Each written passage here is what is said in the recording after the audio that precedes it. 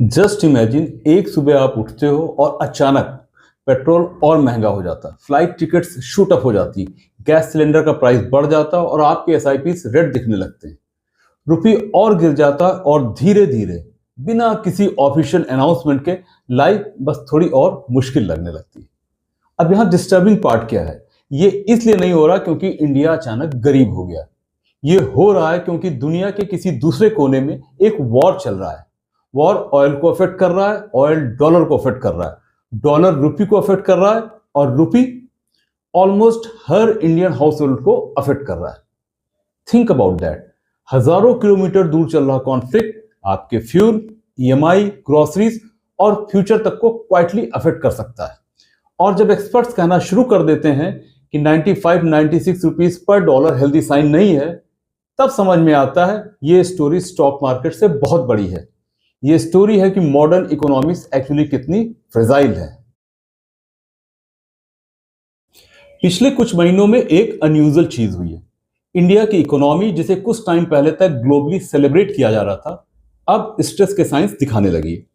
Foreign investors record speed से पैसा निकाल रहे हैं, रुपी वीक हो रहा है, ऑयल प्राइसेस फिर से बढ़ रहे हैं।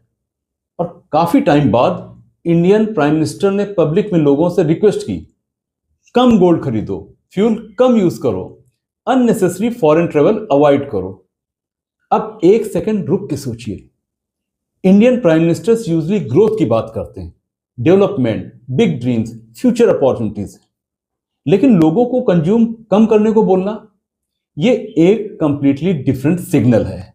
एक ऐसा सिग्नल जो इनडायरेक्टली कह रहा है आने वाले मंथ्स इजी नहीं हो सकते।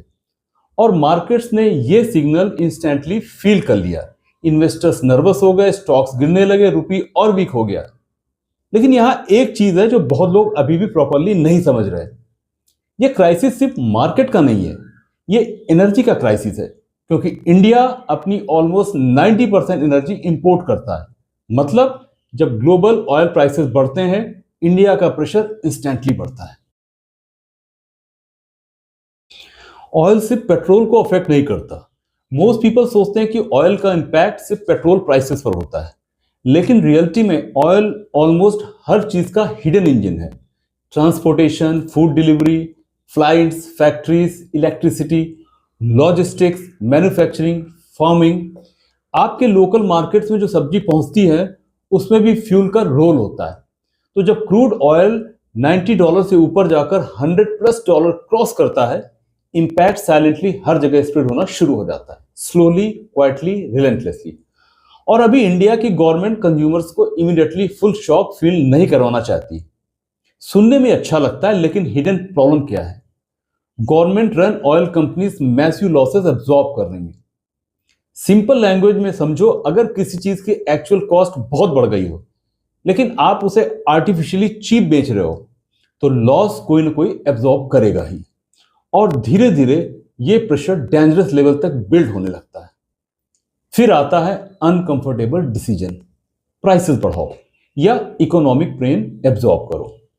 और यहीं से थिंग्स डेंजरस होने लगती, क्योंकि वंस इन्फ्लेशन राइज करना शुरू करता है, हर चीज मेंटली हैवी लगने लगती है। फैमिलीज परचेजेस पोस्टपोन करती हैं, बिजनेसेस कॉशियस हो जाते हैं, लोग स्पेंडिंग कम कर देते हैं, ग्रोथ स्लो होने लगती है और सडनली इकोनॉमी फियर के साइकिल में एंटर कर जाती है। अब बात करते हैं उस चीज की जिसे लोग यूजुअली इग्नोर कर देते हैं, रुपी। मोस्ट पीपल डॉलर रेट तब नोटिस करते हैं जब फॉरेन ट्रिप प्लान करनी हो, लेकिन एक्चुअली रुपी इकोनॉमी का हेल्थ रिपोर्ट कार्ड होता है। और जब रुपी शार्पली वीकेंड करता है, तो दुनिया को एक मैसेज जाता है, एक signal, this economy is under pressure. India का रुपी रिसेंटली 95 के आसपास टच कर गया और एक मार्केट एक्सपर्ट ने वार्निंग दी जो ऑनेस्टली काफी अनसेटलिंग थी। उन्होंने कहा, once the currency goes out of hand, फिर उसे वापस लाना बहुत डिफिकल्ट हो जाता है। यह लाइन बहुत इंपॉर्टेंट है क्योंकि वीक करेंसी एक चेन रिएक्शन क्रिएट करती है। इंपोर्ट्स एक्सपेंसिव हो जाते हैं, ऑयल एक्सपेंसिव हो जाता है, इन्फ्लेशन बढ़ता है, फॉरेन इन्वेस्टर्स और पैनिक करते हैं और डॉलर्स और बाहर निकलने लगते हैं।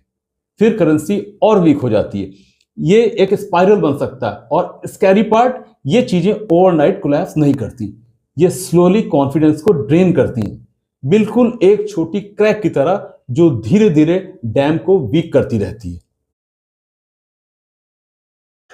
अब फेयर होना भी जरूरी है। ये सिर्फ इंडिया का प्रॉब्लम नहीं है, ऑलमोस्ट पूरी एशिया नर्वस है, क्योंकि ग्लोबल एनर्जी रूट्स प्रेशर में है, स्पेशली स्ट्रेट ऑफ हॉर्मुज, एक ऐसी जगह जिसका नाम बहुत लोगों ने शायद कभी सुना भी नहीं होगा, लेकिन वही दुनिया के ऑयल सप्लाई का ह्यूज पोर्शन कंट्रोल करती है। कितनी स्ट्रेंज आयरनी है, मैप पर एक छोटी सी जगह पूरी दुनिया की इन्फ्लेशन को अफेक्ट कर सकती है। And that's how interconnected modern world has become. और हिस्ट्री भी वार्निंग देती है।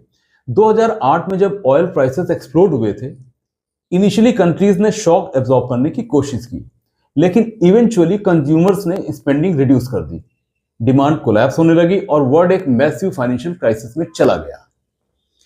इसीलिए एक्सपर्ट्स आज हाई ऑयल प्राइसेस से ज्यादा उस इंपैक्ट से डरते हैं जो high oil prices human behaviour पर डालते हैं, क्योंकि जब लोग फाइनेंशियली अनसर्टेन फील करते हैं, वो स्पेंडिंग कम कर देते हैं, और मॉडर्न इकोनॉमीज स्पेंडिंग पर ही सरवाइव करती है। अब आता है एक और uncomfortable truth. Foreign investors aggressively India से पैसा निकाल रहे हैं, बिलियंस ऑफ डॉलर्स, और बहुत लोग इंस्टेंटली अज्यूम कर लेते हैं इंडिया फेल हो रहा है, लेकिन रियलिटी थोड़ी कॉम्प्लिकेटेड है। ग्लोबल इन्वेस्टर्स भी इमोशनल होते हैं, वो स्टेबिलिटी चेस करते हैं, प्रेडिक्टेबिलिटी, फास्ट रिटर्न्स, और अभी war uncertainty plus rising oil plus taxation concerns, AI excitement elsewhere, इन सब ने इंडिया को टेम्परेली थोड़ा लेस अट्रैक्टिव बना दिया है। लेकिन यहां एक सरप्राइजिंग ट्विस्ट भी है। जब फॉरेन इन्वेस्टर्स सेल कर रहे हैं, तब Indian domestic investors aggressively buy कर रहे थे।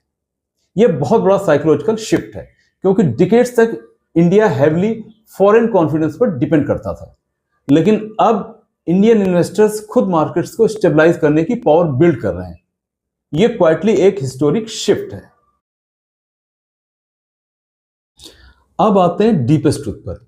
इंडिया की बिगेस्ट वीकनेस स्टॉक मार्केट नहीं है, इन्फ्लेशन भी नहीं, सबसे बड़ी वल्नरेबिलिटी है डिपेंडेंसी, इंपोर्टेड एनर्जी पर डिपेंडेंसी। क्योंकि जब कोई कंट्री एक्सटर्नल एनर्जी पर हैवीली डिपेंडेंट होती है, उसका फ्यूचर एक्सटर्नल कॉन्फ्लिक्ट्स के कंट्रोल में आ जाता है, और यही कन्वर्सेशन पॉलिटिक्स से बहुत बड़ी हो जाती है।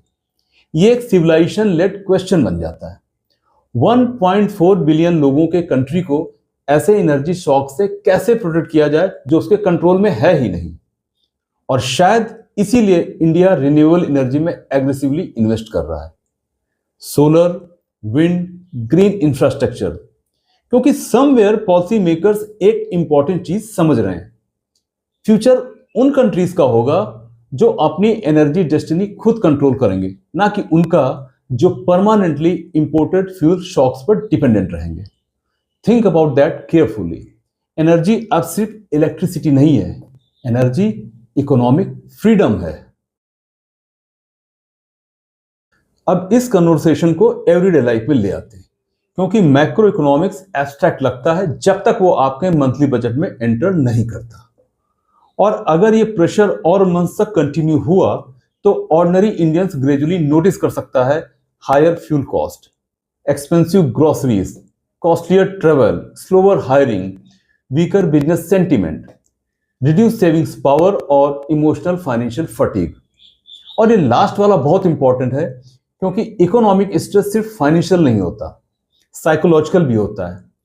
लोग एंग्शियस फील करने लगते हैं, डिफेंसिव हो जाते हैं, होप कम होने लगती है, यंग प्रोफेशनल्स प्लान्स डिले करते हैं, फैमिलीज परचेजेस पोस्टपोन करती हैं, स्टूडेंट्स जॉब को लेकर और वरीड फील करते हैं।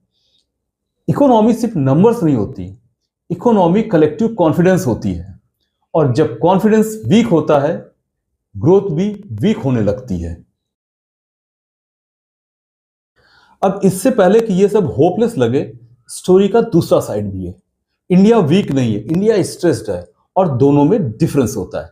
कंट्री के पास अभी भी लार्ज फॉरेक्स रिजर्व्स हैं, डोमेस्टिक इन्वेस्टर स्ट्रॉन्गर हो चुके हैं, डिजिटल इकोनॉमी मैसिव है, मैन्युफैक्चरिंग ग्रो कर रहा है, रिन्यूएबल एनर्जी रैपिडली एक्सपेंड हो रही है, और ओल्डर क्राइसिस के कंपैरिजन में इंडिया के पास बेटर इंफ्रास्ट्रक्चर और फाइनेंशियल सिस्टम्स हैं। तो ये कोलैप्स स्टोरी नहीं है, ये रेजिलियंस टेस्ट है। रियल क्वेश्चन ये नहीं कि क्या इंडिया सरवाइव करेगा या नहीं। रियल क्वेश्चन है अगर ग्लोबल इंस्टेबिलिटी कंटिन्यू हुई तो इंडिया कितना प्रेशर एब्जॉर्ब कर पाएगा। क्योंकि अगर वॉर सिचुएशन ईज होती है, oil prices quickly cool down कर सकते हैं, मार्केट्स रिकवर कर सकते हैं, कॉन्फिडेंस रिटर्न आ सकता है। लेकिन अगर इंस्टेबिलिटी 1 साल या उससे ज्यादा कंटिन्यू हुई तब प्रेशर मैनेज करना काफी डिफिकल्ट हो जाएगा। और अनसर्टेनिटी, यही एक चीज मार्केट को सबसे ज्यादा डराती है। बैड न्यूज नहीं, अनसर्टेनिटी। शायद सबसे इंपॉर्टेंट लेसन ये है, हम एक ऐसी दुनिया में रह रहे हैं जहां इकोनॉमीज डीपली इंटरकनेक्टेड है लेकिन इमोशनली डिसकनेक्टेड। हम हेडलाइंस देखते हैं, वॉर्स स्क्रॉल करके स्किप कर देते हैं, ऑयल प्राइसेस इग्नोर कर देते हैं विदाउट रियलाइजिंग ये साइलेंटली हमारा फ्यूचर शेप कर रहे होते हैं। मिडिल ईस्ट में कहीं एक टैंकर रुकता है और इंपैक्ट जयपुर के स्टूडेंट तक पहुंचता है, बेंगलुरु के डिलीवरी वर्कर तक, दिल्ली की ईएमआई तक, मुंबई के स्टार्टअप फाउंडर तक। ये ग्लोबलाइजेशन की रियलिटी है। और शायद ये मूवमेंट इंडिया को कुछ डिफिकल्ट क्वेश्चन पूछने पर फोर्स कर रहा है। क्या ग्रोथ एनर्जी इंडिपेंडेंस के बिना सस्टेनेबल है? क्या middle class stability repeated inflation shocks survive कर सकती है? क्या इकोनॉमी से स्ट्रांग रह सकती है जब वर्ल्ड इटसेल्फ अनस्टेबल हो? These are not temporary questions, ये फ्यूचर डिफाइनिंग क्वेश्चंस है। End of the day falling currency सिर्फ एक इकोनॉमिक स्टैटिस्टिक नहीं होती, ये एक सिग्नल होता है कॉन्फिडेंस का, डिपेंडेंसी का, वल्नरेबिलिटी का, और इस बात का कि हमारी लाइफ उन फोर्सेस से कितनी डीपली कनेक्टेड है जिनके बारे में हम यूजुअली सोचते भी नहीं। मे बी ₹95 टेम्परेरी हो, मे बी ऑयल प्राइसेस जल्दी नीचे आ जाएं, मे बी मार्केट्स रिकवर कर लें, मे बी नॉर्मलसी एक्सपेक्टेड से फास्टर रिटर्न से आ जाए, लेकिन डीपर वार्निंग फिर भी वही रहेगी। इंडिया जैसे मैसिव कंट्री के लिए परमानेंटली एक्सटर्नल एनर्जी शॉक्स पर डिपेंडेंट रहना लॉन्ग टर्म में डेंजरस हो सकता है। और शायद इसीलिए प्राइम मिनिस्टर का मैसेज लोगों ने जितना सीरियसली नहीं लिया उससे कहीं ज्यादा इंपॉर्टेंट था। इसलिए नहीं कि लोग सडनली ट्रेवल या फ्यूल यूज कम कर देंगे, बल्कि इसलिए क्योंकि गवर्नमेंट्स यूजुअली तभी ऐसे सिग्नल देती हैं जब उन्हें ऑलरेडी स्टॉर्म क्लाउड्स दिखने लगते हैं। और अब रियल क्वेश्चन ये नहीं कि क्या इंडिया ट्रबल में है, रियल क्वेश्चन है एक इकोनॉमिकली अनप्रेडिक्टेबल वर्ल्ड के लिए हम कितने प्रिपेयर्ड हैं। क्योंकि कभी कभी सबसे इंपॉर्टेंट वार्निंग्स लाउड नहीं होती, वो क्वाइटली आती है एक करेंसी की वैल्यू में। Thank you so much for watching.